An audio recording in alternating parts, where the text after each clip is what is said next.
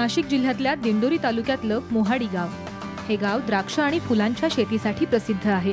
फुलशेती आणि द्राक्षबाग सांभाळणं तसं नाजूक आणि जिकिरीचं काम। फुलशेतीत जर फायदा करून घ्यायचा असेल तर अत्यंत नियोजनबद्ध पद्धतीनं शेती करावी लागते। हे दोन्ही व्यवसाय एकत्रितरित्या सांभाळणं तसं अवघड काम, पण मौले कुटुंबियांनी हे काम लिलया पेललंय। कुटुंब प्रमुख असलेल्या शांताराम मौलेंचा यात मोलाचा वाटा आहे। शांताराम मौले हिंदुस्थान एरोनॉटिक्स मध्ये नोकरी करतात। सुरुवातीला त्यांच्याकडे 1 एकर शेती होती, पण कष्ट आणि आधुनिक तंत्राच्या जोरावर शेतीत यश मिळवत त्यांनी हे क्षेत्र 8 एकरापर्यंत नेलं।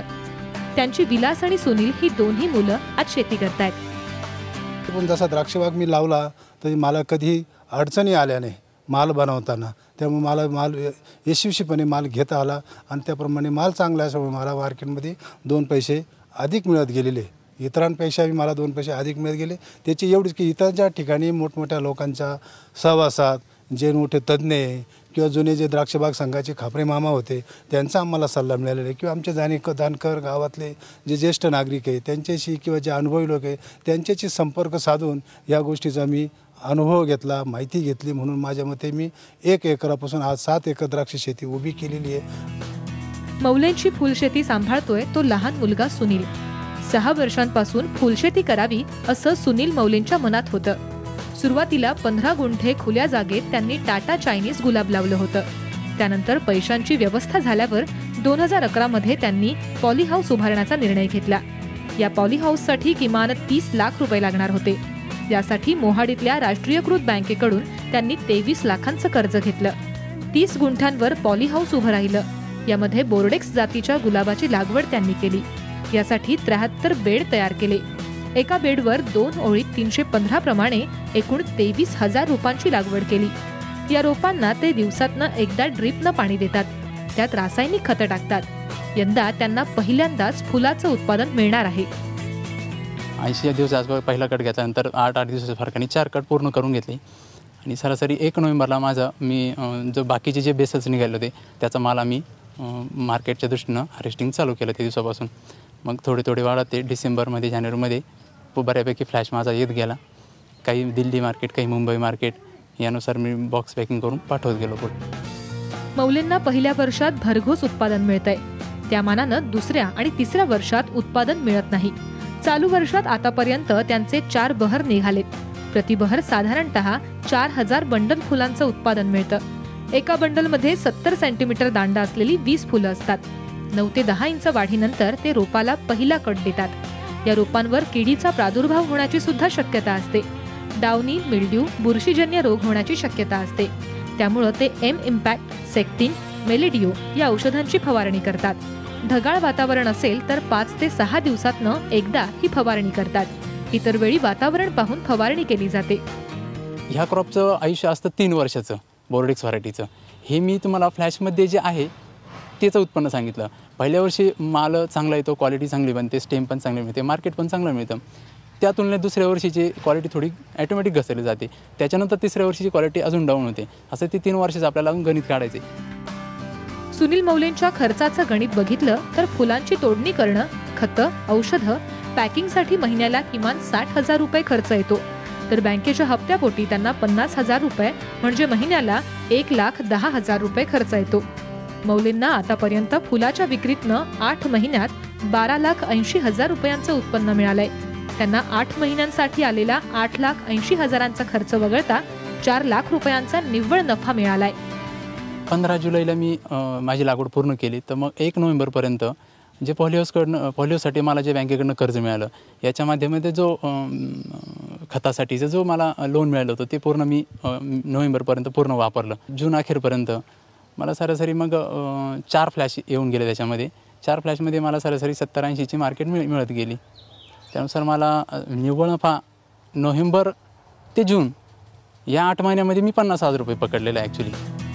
फुलशेतीसाठी सुनील यांना संपूर्ण कुटुंबाची मदत होते। आई, वडील, पत्नी, भाऊ, भाऊजाई आणि 3 मजूर असे 6 जण यासाठी राबतात। रोज जमा खर्चाची नोंद ठेवण्याची शिकवण वडिलांकडून मिळाल्यानं सुनील मौले यांचा हिशोबही चोख असतो। त्यांच्याप्रमाणेच काम चालतं ते विलास मौलेंच्या द्राक्ष शेतीचं।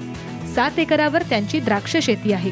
या क्षेत्रात त्यांनी थॉम्सन, तासे गणेश, जम्बो ब्लॅक या बाणांची लागवड केली आहे. 2011 मध्ये पडलेल्या थंडीमुळे बागेवर संकट आल्याचं ते सांगतात. मात्र बागेची योग्य देखरेख केली आणि त्यापासून फायदा मिळवला. 2002 ते 2012 अशी सलग 10 वर्ष त्यांनी एकरी 12 टन उत्पादन घेतलंय. हे सातत्य टिकवून ठेवण्यासाठी कुटुंबियांनी मेहनत घेतली आहे. त्यांना द्राक्षांसाठी एकरी 1.5 लाख रुपये खर्च आलाय, तर लाख रुपयांचा फायदा झालाय. साधारण आम्हाला म्हणजे साधारण 1,50,000 रुपये हा पूर्ण एप्रिल ते एप्रिल असा हा खर्च आलेला आहे. त्याच्यामध्ये साधारण जो 60,000 रुपये खतांसाठी खर्च झालेला आहे.